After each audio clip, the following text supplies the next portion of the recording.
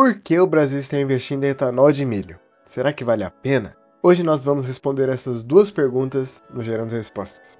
Primeiro, vamos entender como o etanol de milho virou realidade no nosso país. Tradicionalmente, o Brasil sempre produziu etanol a partir da cana-de-açúcar. O etanol de milho era um produto comum nos Estados Unidos. Por lá, o investimento nesse setor foi intenso na época da crise no petróleo, nos anos 70. Por aqui, essa mesma crise incentivou a produção de etanol de cana. Então, como essa indústria se expandiu aqui no Brasil na última década? Tudo começou nos anos 2000, quando os produtores de soja do centro-oeste brasileiro decidiram investir na plantação de milho para fazer rotação de cultura com a soja, o seu principal produto. A rotação de culturas é benéfica ao solo e aumenta a produtividade da soja. A escolha mais viável para os produtores era investir no milho conhecido como safrinha, por ser plantado fora de época. A produção de milho no centro-oeste brasileiro começou a aumentar, mas com isso veio uma dificuldade: o escoamento da produção para os grandes mercados consumidores e exportadores, como São Paulo e Rio de Janeiro. Basicamente, custa caro transportar toda essa carga por rodovias, e a demanda local por milho é limitada. Assim, com o excesso de oferta regional, a solução encontrada pelos produtores, em conjunto com as usinas de cana, foi fabricar etanol de milho. Em 2012, foi inaugurada a primeira planta flex do Brasil, a Usimate, localizada em Campos Júlio, no Mato Grosso.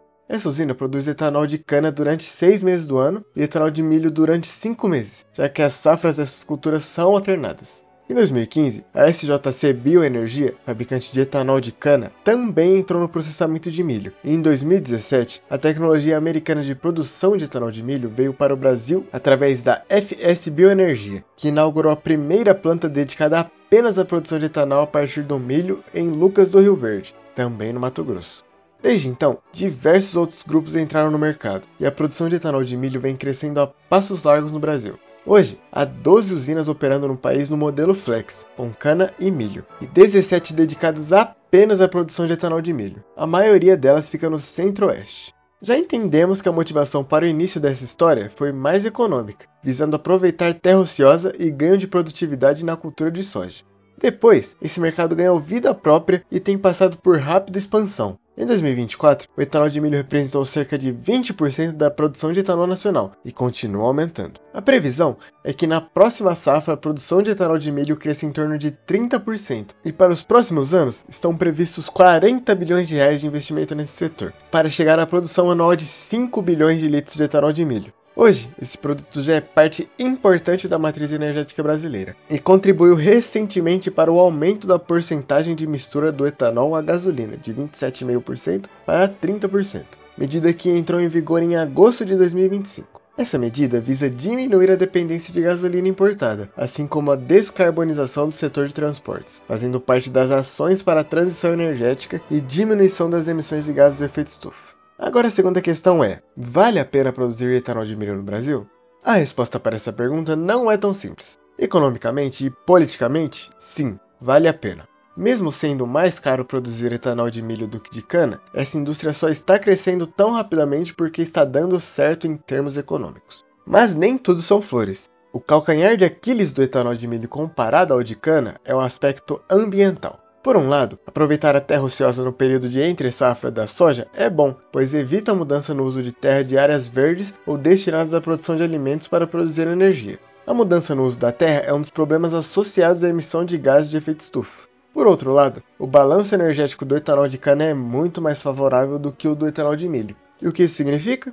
Para a produção de etanol, é inevitável usar certa quantidade de energia fóssil, com a tecnologia que existe hoje. Para cada 1 MJ de energia fóssil gasta, produz-se aproximadamente 9 MJ de energia na forma de etanol a partir da cana-de-açúcar. Agora para o milho, do mesmo 1 MJ de energia fóssil gasto, produz-se apenas 1,3 MJ de energia na forma de etanol.